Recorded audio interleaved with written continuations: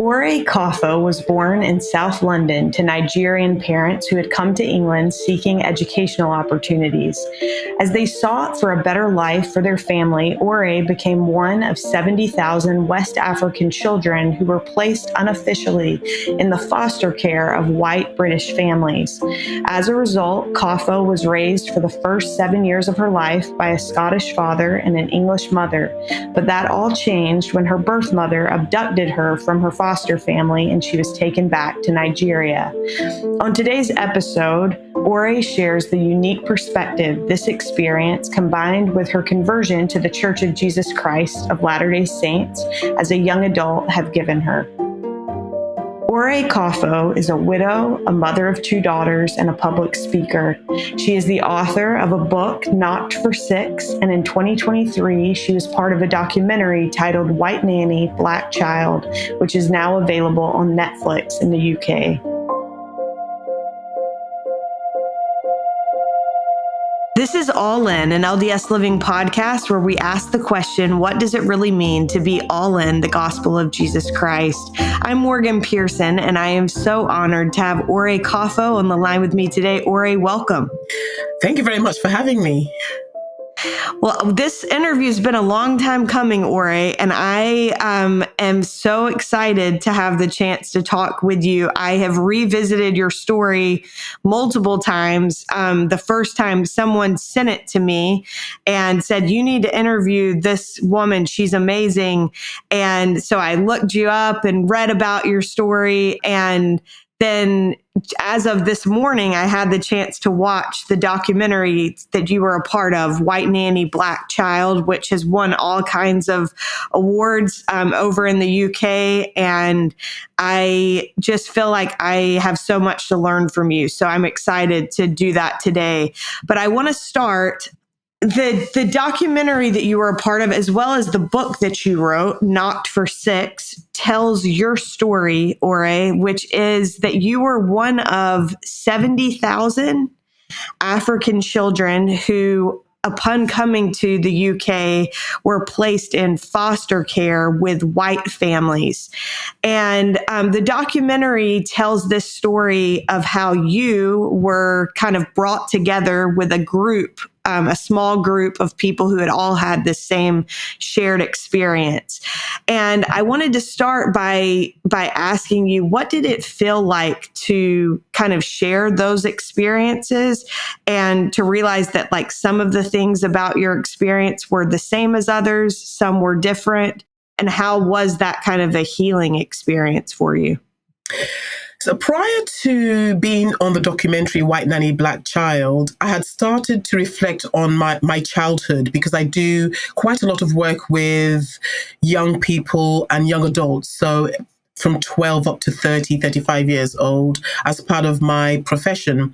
And so I felt that sharing a story of maybe feeling hopeless at some point in your life and then getting hopeful was a powerful thing to share to help them build confidence and self-esteem. And so I'd started to share my story.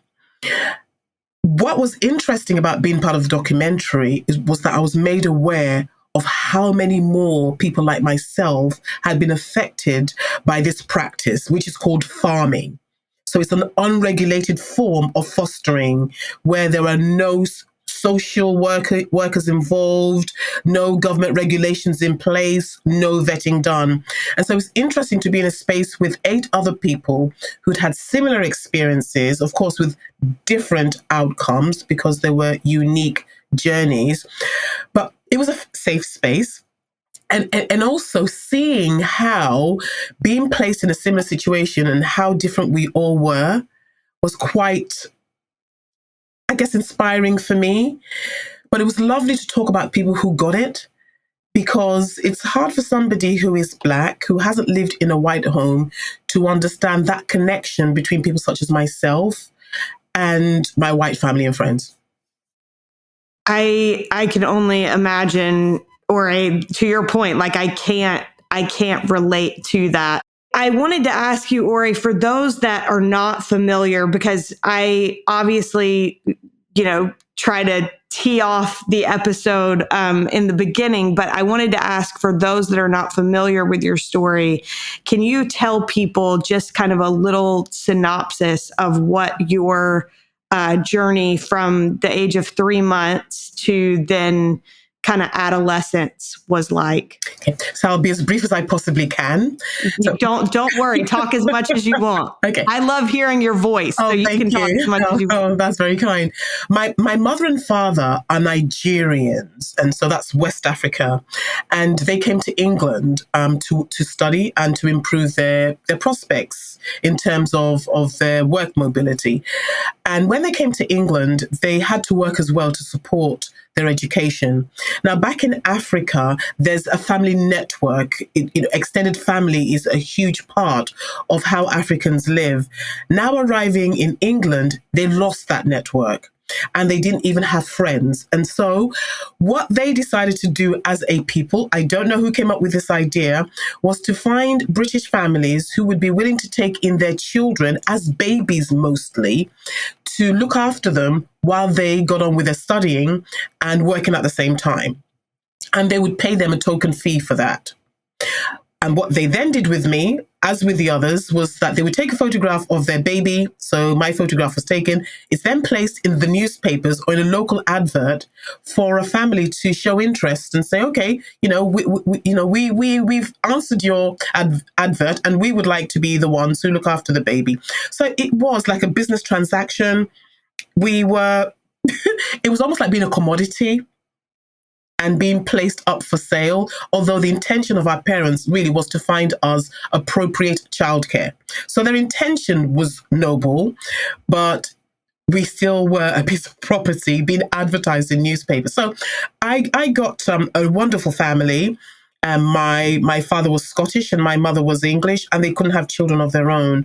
And so I went into a home where they really, really wanted a baby at the age of 3 months, and they loved me. I had a wonderful life with my foster parents, who at the time lived in Kent in England. And when I was just about turning 7, my birth mother invited my foster mom to London for a Christmas event and asked her to bring me along. And it was at this event that my birth mother kidnapped me because she wanted me back and didn't think that my foster parents would be prepared to hand me over after 7 years of having had me as their child. Now, my mother had always kept in touch. She would visit every 2 weeks. And so I knew her. She was no stranger to me when she took me, but I didn't know her as my mother. She wasn't the person I recognized as my mom. So being taken from my mom and dad was quite traumatic for me. But then I was also taken to Nigeria 2 weeks after the abduction, once she was able to get my paperwork in place. And I felt like we were on the run because we were staying at different places. Every 2 days we were changing location. And I knew that something was wrong at that point. But as a 6-year-old, 10-month-old child, so almost 7 years old, I didn't quite know how to navigate the situation or ask questions. And to be honest, I didn't think anything was suspect until I actually arrived in Africa. Now, being in Africa, a totally different culture. So I've had 2 shocks. I've been separated from my mom and dad. I'm now in a totally different environment and I don't know anyone. And I struggled with that. The language was different. They did speak English, but they also spoke a second language, which I did not understand. I had an accent. And so I stood out. And that then led to name calling and body shaming. And so I grew up in this environment, being put down constantly, being called names, never feeling like I belonged. And it was strange because I'm a Black child living in an African country, surrounded by Black people, but still feeling alone and feeling like a minority. And yet I was raised in Maidstone for 7 years, where I was one of 3 Black children in my primary school and never once felt like an outsider. And so that's taught me a lesson about color of the skin. It only matters when people decide it's going to matter. But we are all brothers and sisters. We are all human beings. And I grew up like that up to 7. And then once I got to Africa, I started to realize that there could be difference based on the color of your skin. They told me I was too dark to be a beautiful African child. So that was another thing I started to recognize that, oh, there's something called color of the skin, and it does matter. It does have impact. And so by the time I was 14 years old, I had very low self-esteem. I used to pray to God, could you please make me anybody else but me will do. I just don't want to be me anymore. I felt like the ugly duckling of my own story, always trying so hard to fit in. And there were some people who were kind to me, don't get me wrong, it wasn't all gloom. There were wonderful things about having an African experience, but that sense of belonging that I really yearned for, I just couldn't quite get it. And then I returned to England when I was 18 years old. And when I was 20 years old, I met the Missionaries. So that's sort of like my young life summarized into a few minutes. Ore, you are so good at telling your story. I admire that ability so much. I want to back up before we get to the Missionaries because I want to hear that whole story. That's my husband. We were watching the documentary and he said, how did she come in contact with the church? And I was like, I have no idea. I'm excited to ask. But before we get there, I wanted to ask a couple of follow-up questions. One, when your mom would come visit, your birth mother, when she would come visit, what did you understand her? Who did you understand her to be? Just a friend of your foster family? They tried to explain to me that, I'm sure they did, that she was probably a second mom. Of course, I wouldn't probably have grasped that as a child. My birth mother tells me that sometimes I would call her Auntie Vicky because her name's Victoria. So, okay. But when she would visit, because she's an adult, she would spend her time with my foster parents.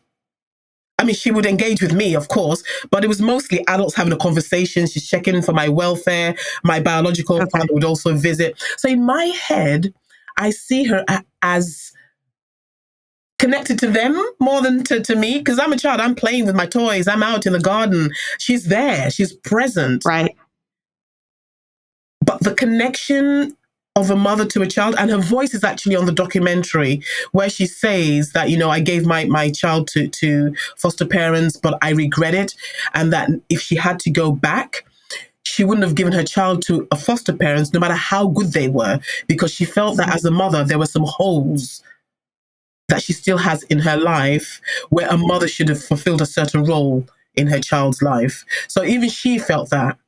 And right. So going with her, when she took me from the party, she told me that she had an arrangement with my foster mom because they were going to take me to Barbados to watch a Michael Jackson concert for Christmas, and that I needed to have my passport done in London. And I believed her because I knew her. And I remember asking her, did you ask permission from my mommy before you take me? And she said, yes. Clearly, I now know that's a lie. So I trusted her and went with her because I knew her. If she had told me that she's taken me because I'm her child and we're going somewhere, I would have refused to go. And she knew that. Right.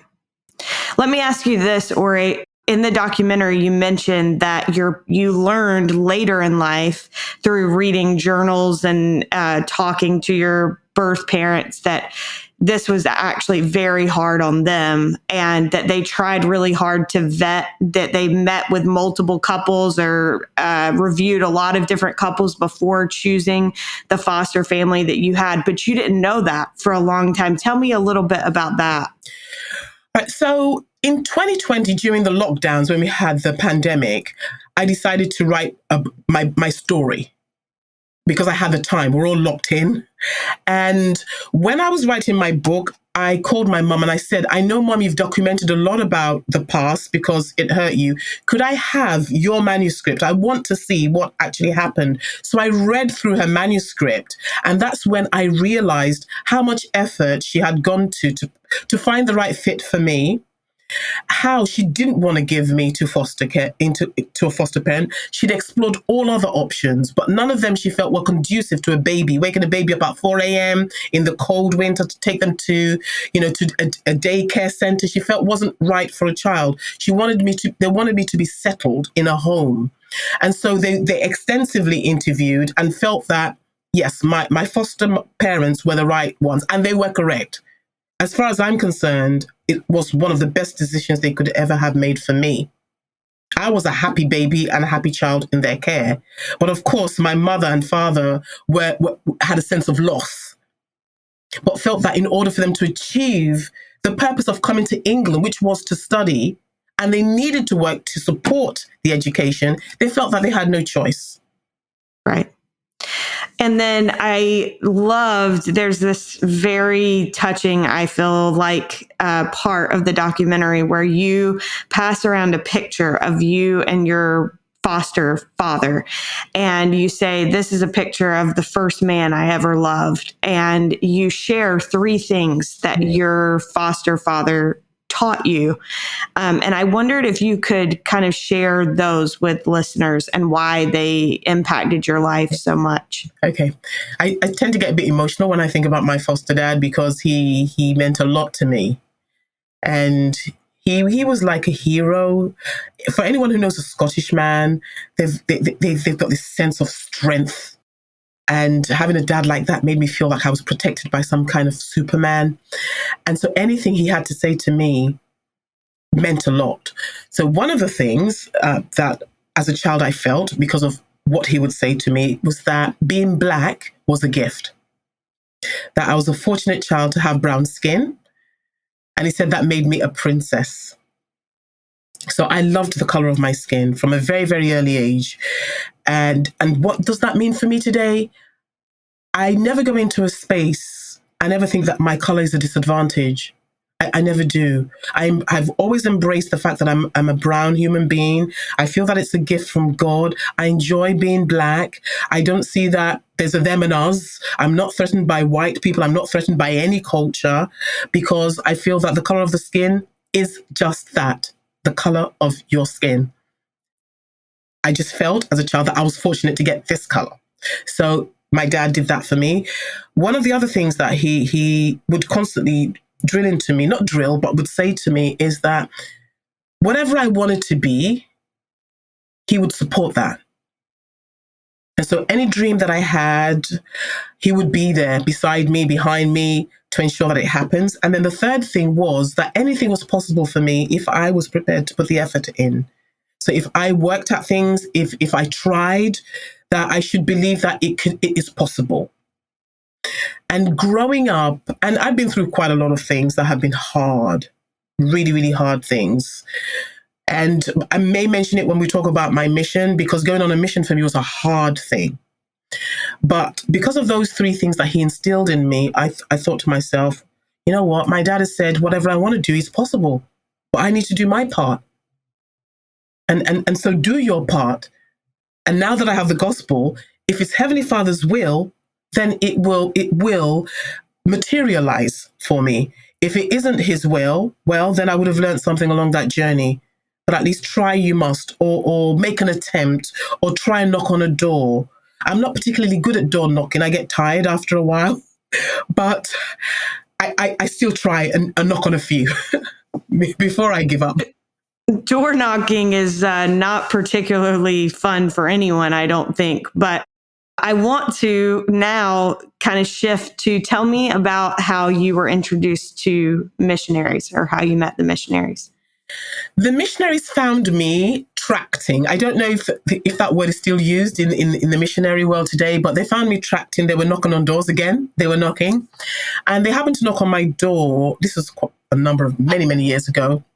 When they knocked on my door, it was in the winter in England, and they were wearing these trench coats, and they looked official. So I thought that they were from maybe the government, and so I was shocked when I opened the door. I thought, so I was a little bit scared. And then when they said, "Oh, we are missionaries from the Church of Jesus Christ of Latter-day Saints," to be honest, I did not hear that phrase in my head. All I heard was, "We're not from the government." We're not from any place that's come to do something You're scary. Like, phew. I was like, phew. So when they said, "May we come in and have a word?" I don't know why I responded by saying, "Yeah, that's okay." So they came in and they started to share the first discussion with me. And in my head, I'm like, I'm not interested. I really am not. I'm not interested. I just invited you in because I was relieved. I didn't say this to them. I was just being polite and I was listening. Now, what was interesting is, a few months prior to that, I was actually looking for a church to go to. I thought, oh, it's high time that I started to actually go to church regularly. I believed in God, but I wasn't a church goer. And I was thinking, maybe I might join the Catholic church around the corner. Maybe that's what I'm going to do. And then I just left the thought. I didn't really look into it any more than that. And then when they knocked on the door and they started teaching me, I thought, later on when I reflect, I think, you were looking for a church. Heavenly Father sent you the missionaries. And once they came, you weren't interesting. I mean, really? So Come on. Yeah, and I just wanted to get rid of them. And they eventually left. And when they were leaving, they said, could we come back and see you again? And I was thinking, no, then I thought, no, in my head. But I was so polite. English people tend to be polite. So I said, okay. Anyway, the missions kept on coming. 10 months they were coming. New companionships were forming. They kept coming. I would not accept an invitation to go to church on a Sunday. I just wouldn't. And then one day, I met this missionary, and there was just something about him that really reached me. It makes me a really big believer that some missionaries are sent to find some people, or some of us in this world in the pre-existence had said, I promise to come and find you. It was that kind of a feeling I had with him. And when he taught me, I heard. Not just heard, I heard. And I remember him teaching, and his companion, and I'll tell you their names shortly. I remember them teaching me the plan of salvation. And something about that really hit me hard. And when they invited me to come to church the Sunday after, I said yes. The first time in 10 years, I said yes. So I attended church the Sunday after, and I was baptized after that. Okay, just to clarify, 10 months or 10 years? No, 10 months, right? 10 months of constant knocking on my door, visiting, having discussions, and yeah. And Ore, so you ended up getting baptized, and then, like you said earlier, you served a mission, and you served your mission in England. Is that right? In the England Leeds mission. Okay. How did you kind of reach the decision to serve a mission, and how long was that after you were baptized? So one of the missionaries, who, I knew so many missionaries, and I really would like to give all of them credit for getting me here, but over time I forgot their names, and because I wasn't interested, I didn't take any note. But there was Elder Levitt and Elder Covey. Now, Elder Covey was, or is, the son of Stephen R. Covey, who a lot of people in America know, and even in England. A lot of business modules are based on Stephen R. Covey's work. And his son, David Covey, kept in touch after he finished his mission. And I got to meet his mom. I got to meet members of the family. And he just inspired me. And I wanted to be like him. We were the same age at the time. And I just wanted to be like him. And I wanted him to be proud of who he had baptized.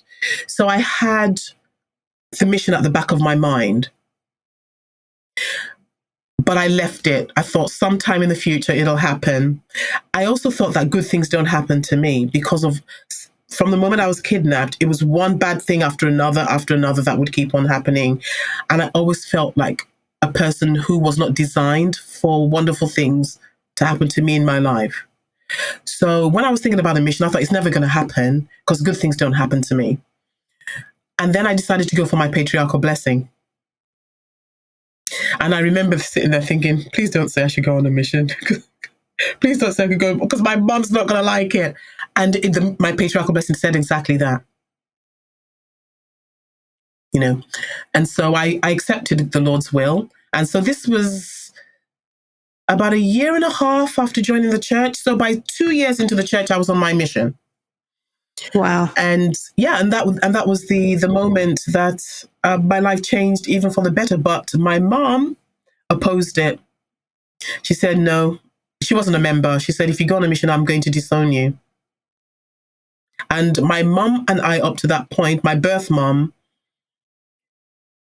we had never fallen out. Fallen out in England means we'd never had a row. I'd never disagreed with her. We got along really well. I respected her as a person. It took me a while to accept she was my real mom. But once I got there, I started to see the beauty in her as a human being. And I never wanted to let her down.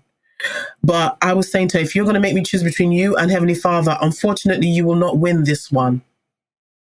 I said, I have to go and serve. The Lord has called me to serve, and I'm going to go. It's one of the hardest things I've ever had to experience, because living in a household where your family's not proud of you serving a mission is hard. So I had to find that validation in my ward. My stake president was amazing. Ward members were amazing. They did an article of me in the Ensign back then, and I felt supported by the members of the church. So I went and served a mission. And by the time I was done, my mother was really proud of me. She came to get me from the mission field. I'm like, nothing's ever easy with you. Yeah. Ore, you mentioned earlier that your mission was really hard. I think that that's an important thing. Sometimes when I'm talking to people, prospective missionaries, I'll just say, like, it's important to know that missions are hard. And I think sometimes in the telling of all the really spiritual experiences and all of the great moments that happen as a missionary, we tend to leave that out. And then people get out in the mission field and they're like, oh my goodness, like, what did I sign up for? Tell me a little bit about what made your particular mission hard once you got out in the field. Hard is a very, I don't know what to say. Hard can mean so many different things. The hardest part for me was actually going on my mission with there was a tension in the air at home. Right. And that was hard for me to bear. Hard for me to bear. It was hard for me to go to university. It was hard for me to be kidnapped. Lots of things we do in life can be hard, or should we say challenging. What was hard on my mission was the fact that a lot of people were not receptive to the message. It was up north in England. The weather was particularly cold compared to London. Even though I was in England, the culture was very, very different. I was a minority, but it didn't bother me. So a lot of people there weren't used to seeing people of color back then. We're going back a couple of decades now. And it's interesting because missions are an up and down kind of experience. You have a lot of highs on a mission, a lot of highs. And you do have also the lows as well. And so I would say in terms of hardship, the hard parts of the mission, like tracting, was not one of my favorite things to do, but we did it. Being rejected, making appointments and showing up and the person not actually being there. Teaching somebody for such a long time and they seem that they're going to accept the gospel, and at the last minute, a family member says something and they withdraw. Those kind of things make a mission hard because you've sacrificed a lot and you're hoping for an outcome. But the job of a missionary isn't to baptize. It is to teach and invite. I wish I'd known. I knew it to a certain extent then because our mission president would say we were taught in the MTC, but I was young. I was in my early 20s. And in my head, I'm thinking, no, if somebody's not going into the water of baptism, I haven't quite done the job. But now I recognize that teaching and inviting is the effort that we are required to put in. The Spirit does the rest, and then the person then has the freedom to accept. My husband at the moment is not a member of the church. We met while we were filming the documentary. So he's not a member of the church. The Spirit whispered to me that he was the one. He's still not a member of the church. He goes to church with me every Sunday. My job is to be a good example to him, to teach where possible and invite. And then I wait for the Spirit and the Lord to do the rest, and for him to then decide for himself what he wants to do. And I'm grateful for my mission for that. So well said. Ore, I want to now kind of back up just a little bit to when you were in your early 20s, you were reunited with your foster parents. And I understand that you thought that they had moved your birth mother had told you like that they had moved. And so you went back to the home that you were raised in, and your intention, you said you had like a whole script in your head of what you were going to say. You go to knock on the door, and when the door opens, it's your foster father, who you've already told us was amazing. Tell me a little bit about that interaction and the difference that made in your life. Gosh, I remember walking to the door thinking, because now I'm aware of color. Now I'm aware that it means something to some people.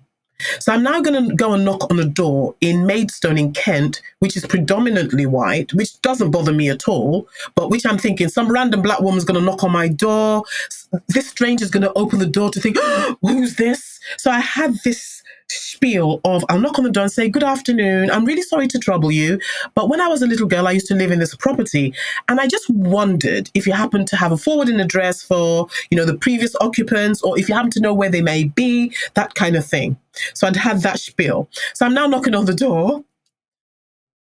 The door eventually opens, and it's my foster dad. I had been told they'd moved. And I guess that was in order for me not to keep in touch with them. That's probably why I was told that.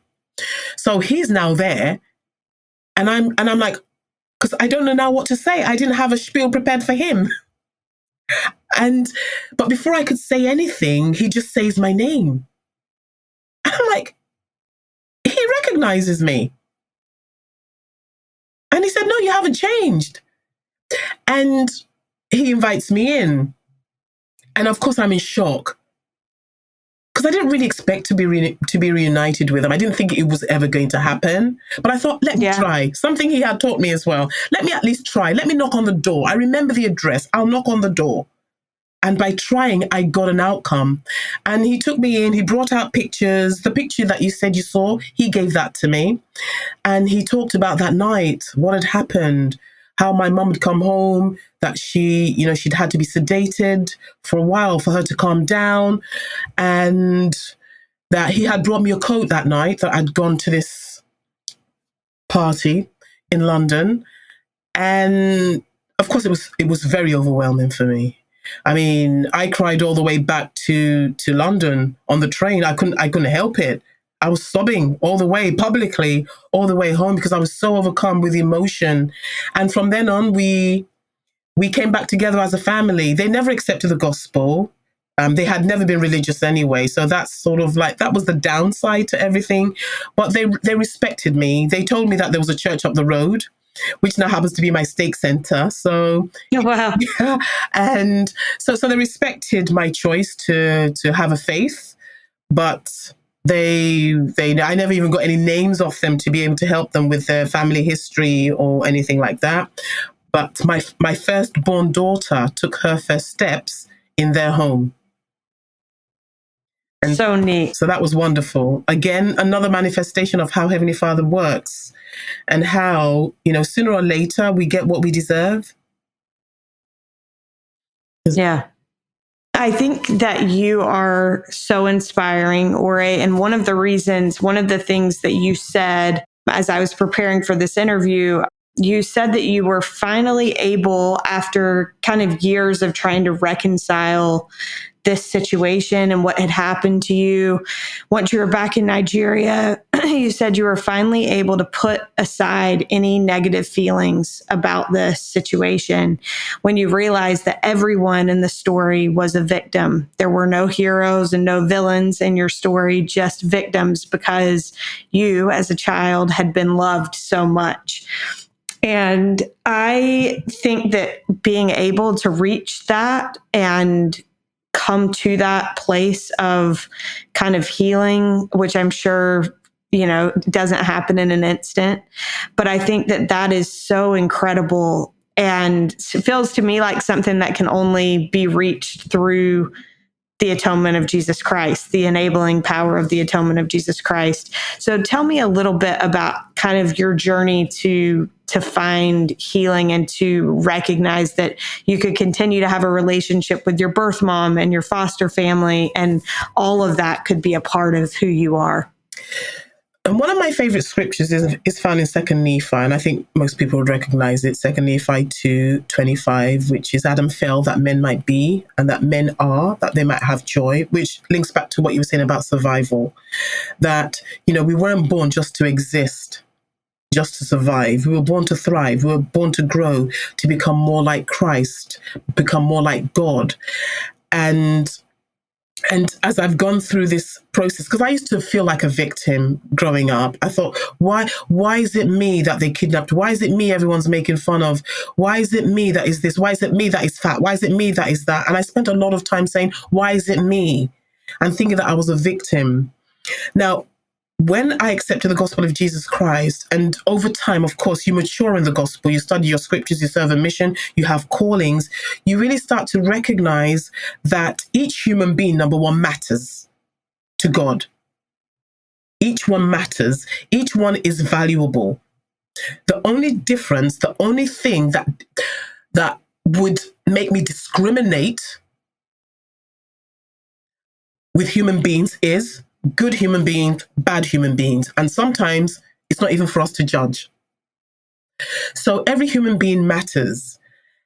And I wanted to give everyone around me the opportunity to, what's the word? I wanted to be generous in my thoughts of others. That if I was my mom and somebody wanted to take my child, what would I be like? If I was my foster parents and somebody had given me a child when they were 3 months old, I still have them till they're 7 years old, I'm going to think that that's my child now. You can't have her. If I was my mom and dad back then, would I want to come to England to get a better education? Of course I would. If I wasn't wealthy, what would I then have to do? I'd have to work.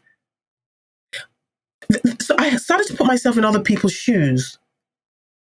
And then I started to look at my life as well, to think, actually, if I stopped to think, I have had an interesting life. I had survived everything.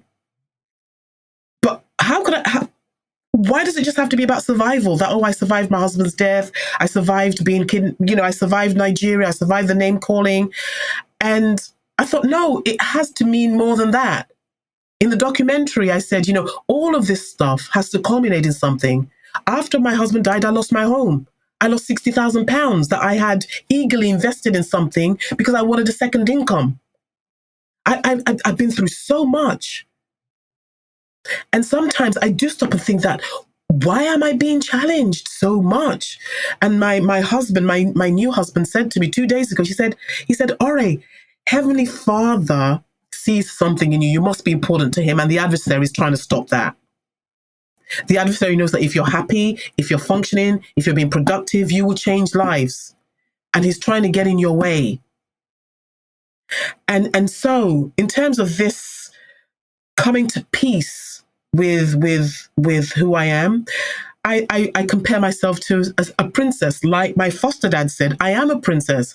I was born to, into a lovely place with my foster parents. Then the villain came along and kidnapped me. And then at the end of the day, I lived happily ever after, so to speak.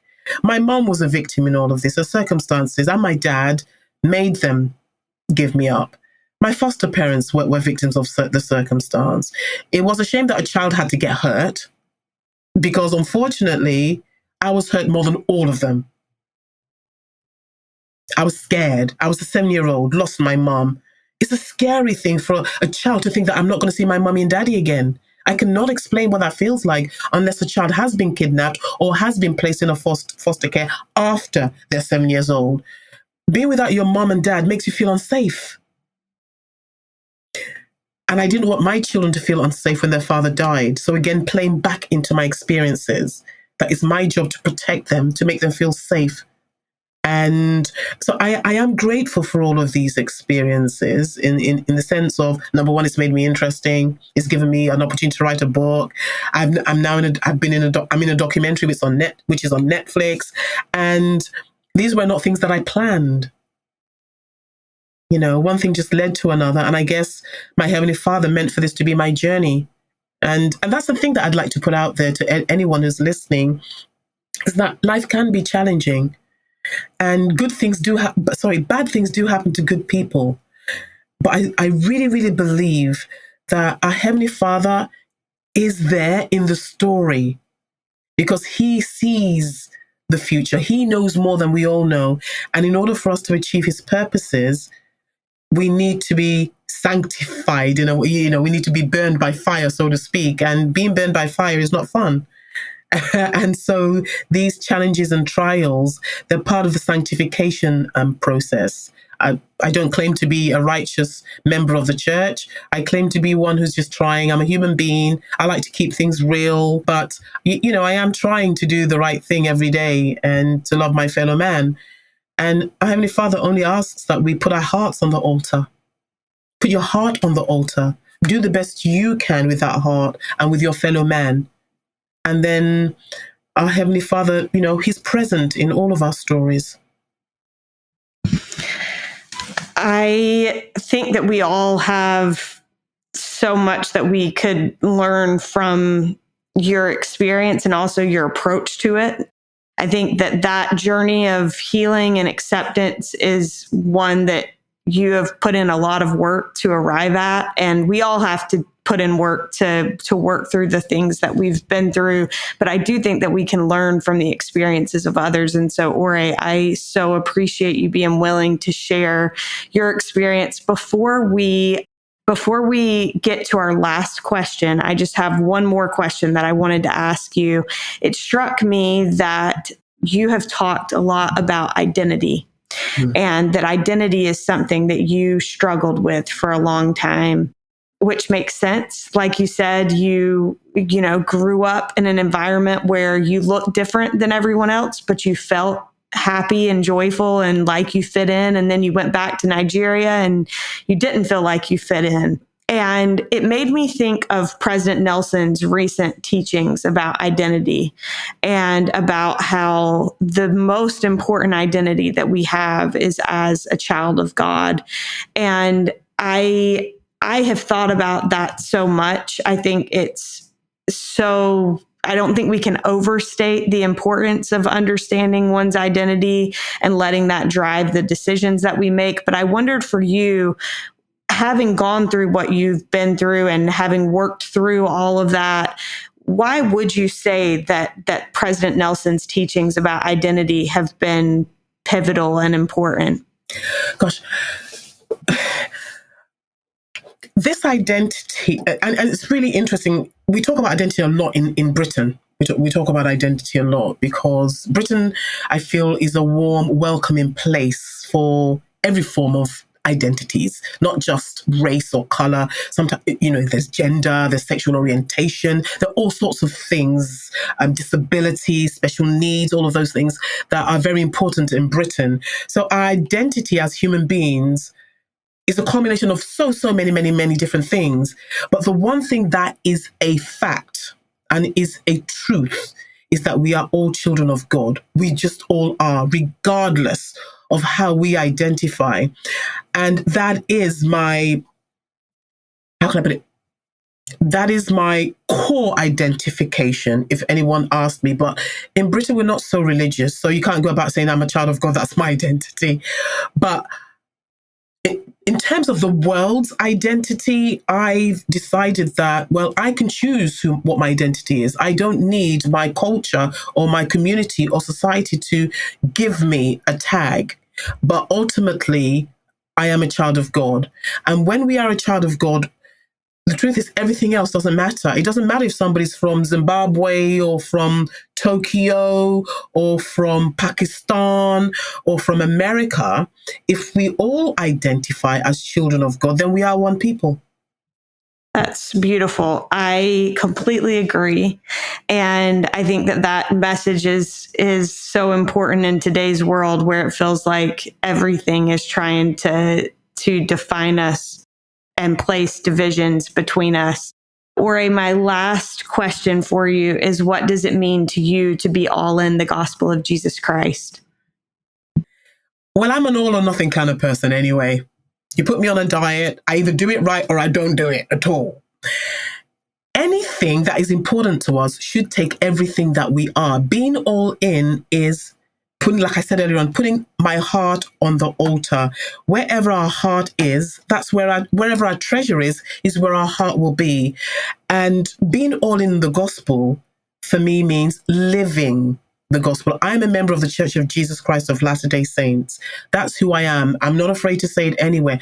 And I live like a member of the Church of Jesus Christ of Latter-day Saints from Monday till Sunday, 24/7, not just on Sundays, not just when I go to the temple. Now, being all in doesn't mean I'm perfect. It doesn't mean that I keep all of the commandments. What it means is I strive to do the best I can to please my Heavenly Father within the circumstances that I am. Just like our children, if you have a child, they want to please you, they'll do their best. It doesn't mean that they do everything that you ask all of the time, because at the end of the day, Morgan, we are all human beings. We are all mortals. We're all fallible. We can all make mistakes. We can all come short. We can be sick, tired, fed up, frustrated. All of those things that make this mortal realm what it is can make it difficult to do all things to all men all the time and do them right. So being all in means just giving it your whole heart and giving it your best. And I'm sure that Heavenly Father would accept that as an offering. Thank you so much, Ori. It has been such a treat to talk with you, and you're even better than I expected. So thank you so much. Thank you. We are so grateful to Ori Kaffo for sharing her story on today's episode. I'd also like to give a special thank you to Colleen Bauman for making me aware of Ori's story so that we would have the opportunity to chat. As always, we're grateful to Derek Campbell for his help with today's episode, and we are grateful to you for spending your time with us. Thanks so much for listening.